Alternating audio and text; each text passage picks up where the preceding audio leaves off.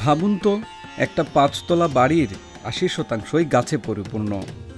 ফুটছে ফুল, দিচ্ছে ফল, রাখছে পরিবেশ ঠান্ডা। এমনই বাগান করেছেন সিলেট নগরীর করেরপাড়া এলাকার বাসিন্দা মলয় ধর। নিজের ৫তলা বাসার ৪র্থ তলা পর্যন্ত পুরোটাই গড়ে তুলেছেন বাগান ও নার্সারি। দেখতে দেখতে মনে হয় ৫০ বছর হয়ে গেল আমাদের এই নার্সারিটা। তো যাই হোক, আমি আমার পাওয়ার আগে আমার মা কাজ করেছেন, তারপর আমার বড় ভাই মতিলাল ধর উনি কৃষি অফিসে চাকরি পাইলেন, তারপরে ওনার হাত ধরে আমার আজকে তৃতীয় স্থানে আমি আছি। কাজ করতেছি, নার্সারি নিয়ে কাজ করতেছি, সবজি নিয়ে কাজ করতেছি, ফুল ফল নিয়ে। মোটামুটি জাত আমরা নিত্য নতুন জাত আনতেছি এবং আমরা চেষ্টা করতেছি আবহাওয়া পরিবেশের উপরে গুণগত মান কতটুকু দাঁড়ায়, তারপর আমরা এগুলা সেলের চিন্তা ভাবনা করব।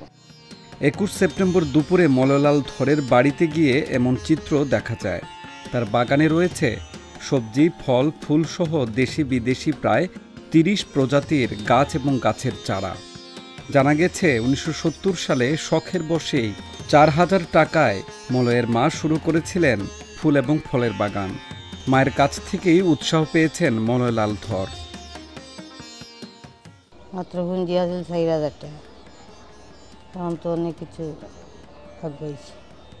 এরপর তো আস্তে আস্তে বাড়ছে, আস্তে আস্তে ব্যবসাও বাড়ছে, চাহিদাও বাড়ছে, মালও বিভিন্ন জাতের আইছে।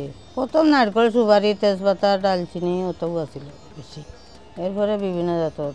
তখন তো আমি আর পারি না, বয়স হয়ে গেছে ৭০ বছর, আর এখন আমার ছেলেরাও দর্শন করে।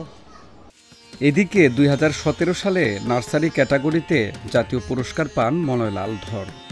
এরপর থেকেই এই কাজেই সম্পূর্ণভাবে জড়িয়ে যান মলয়। ধীরে ধীরে বড় পরিসরে ৫তলার বাড়িটিকে বাগানে পরিণত করেন তিনি। মলয় জানান, একদিকে যেমন পুষ্টির চাহিদা পূরণ করে এই বাগান, অন্যদিকে পরিবেশের ভারসাম্য রক্ষা করা সম্ভব হয় এই বাগানের মাধ্যমে।